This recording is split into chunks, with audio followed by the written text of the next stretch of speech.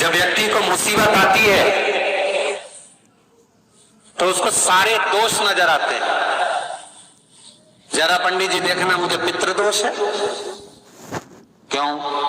बहुत तकलीफ में है, बहुत कष्ट में है, बहुत दुखी है, बहुत तकलीफ में, बहुत कष्ट में, बहुत दुखी है। देखिए जरा, पितृदोष है।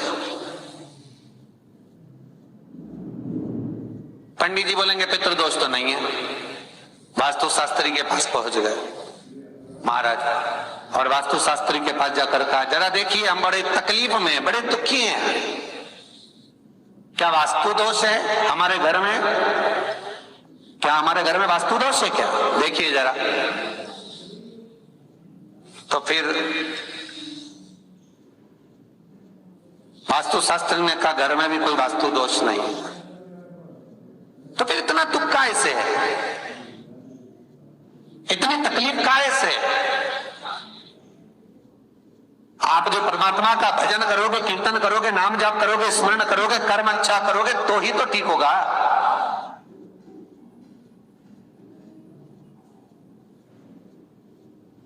महाराज जरा देखो, हमारे घर में कोई दोष तो नहीं है वास्तु का? वास्तु दोष नहीं है। अब पितृ दोष नहीं है, वास्तु दोष नहीं है, फिर का एक काम करो, हम बड़े तकलीफ में हैं, जरा हमारी जन्म पत्रिका देखो, जरा जन्म लग्न देखो, जन्म पत्रिका देखो, पत्रिका में तो दोष नहीं है।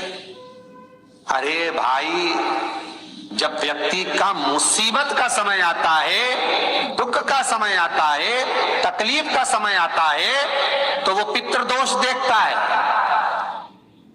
वो वास्तु दोष देखता है,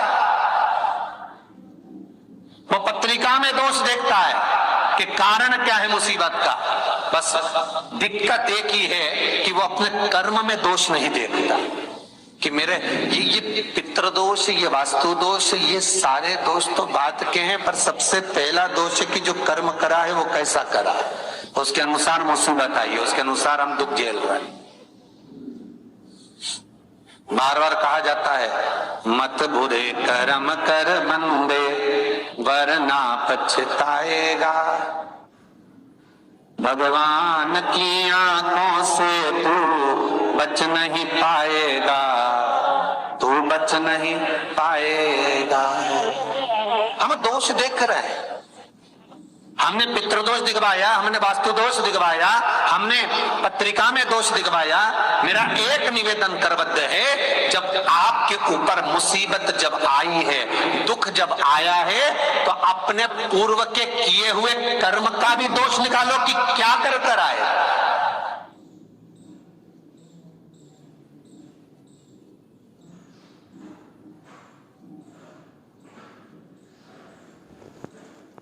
पत्रिका दिखा करके बल्कि पत्रिका का दोष मत निकलवाइए, वास्तु का गलती निकाल कर वास्तु का दोष ना निकलिए। महाराज अगर पितरों का भाव निकाल कर पितरों का दोष ना निकालिए, पर एक दोष अपने भीतर भी है, वो कर्म का दोष है। कुछ अच्छा करा होगा तो भगवान आपके जीवन में थोड़ा तो सुख लिख ही देगा, थोड़ा सुख तो लिखेगा। और यदि बेकार कर्म किया है तो कहीं ना कहीं दुख तो उसने लिखा है कर्म का। मत बुरे कर्म कर बंदे वरना पछताएगा, भगवान की आंखों से तू बच नहीं पाएगा, तू बच नहीं पाएगा। अरे ओ अज्ञानी मत करना दानी। महाराज कर्म का दोष जरूर देखें, पितृदोष बाद में देखना, वास्तु दोष बाद में देखना, पत्रिका में दोष बाद में देखना, पहले अपने कर्म का दोष देखिए।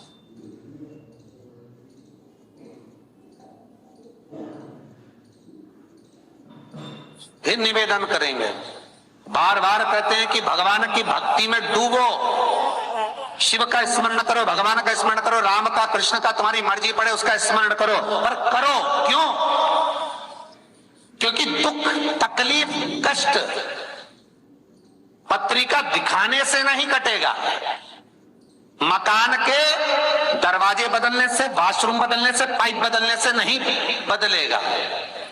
दुख तकलीफ तुम 50 बार वास्तु को भी बदल कर देख लेना, फिर भी दुख और तकलीफ, कष्ट नहीं, ये कष्ट समाप्त नहीं होगा, दुख और तकलीफ समाप्त नहीं होगी। किसी से तुमने बेवकूफ बनाकर, मूर्ख बनाकर, किसी को व्यापार में, व्यवसाय में, कोई काम में किसी को मूर्ख बनाकर, बेवकूफ बनाकर, सीधा था समझ नहीं पाया, उससे तुमने 10,000, 20,000, 1 लाख, 2 लाख, 5 लाख, 10 लाख तुमने ले तो लिए और खुश भी हो गए कि मैंने उससे ले लिए, अब वो मेरा क्या बिगाड़ लेगा, आए लेने के लिए, भला क्या बिगाड़ लेगा। और वो आया, उसने कहा भैया तुमने मेरे पैसे ले रखे, दे दो ना।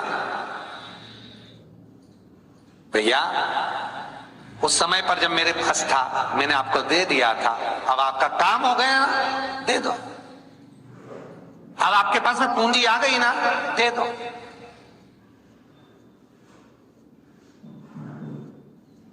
बहुत ध्यान दीजिए महाराज, 2 तरह का पैसा होता है। एक व्यक्ति ब्याज पर देता है ना ब्याज पर, कि तुम ये रुपया ले जाओ, हम तुमसे इतना ब्याज लेते रहेंगे, बाद में मूल दे देना। और एक व्यक्ति वो होता है जो अपनेपन से, प्रेम से, अपनी करुणाता से, अपनी पहचान से, अपने हृदय से, अपनी चित्तवृत्ति से, अपने दिल से जब प्रेम बढ़ जाता है, स्नेह बढ़ जाता है, तो कह देता ले जा 2 लाख, 4 लाख, 5 लाख, काम निकाल ले, बाद में दे देना।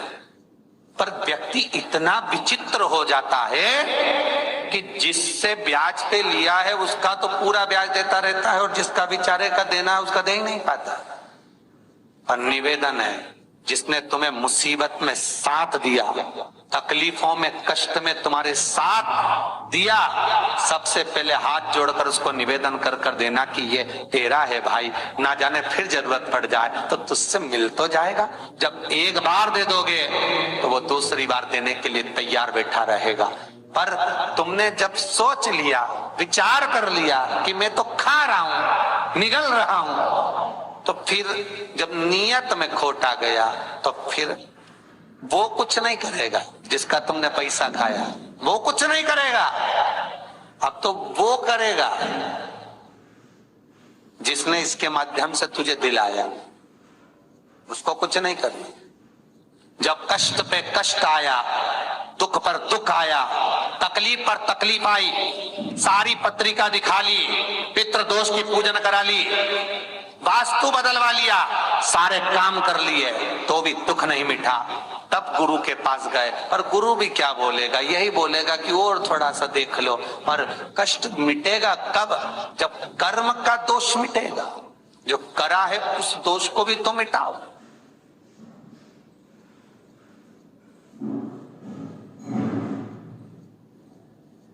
विचार करना, पांडवों पर कितनी कितनी तकलीफ आई, कितनी तकलीफ आई पांडवों पर। लाक्षागृह में आग लग गई और भगवान किसी रूप में आकर बता दिए कि आग लगने वाली है, सुरंग बनवा दी, बाहर निकलवा दिया। दुख तो आया था ना। पूरे वन में जब तक पांडव रहे तकलीफों पे तकलीफ भोगते रहे, हर बार तकलीफ सब भोगा, पर भगवान पर विश्वास था, क्योंकि माता कुंती ने कहा था कि कर्म के लेख को शिव काटता।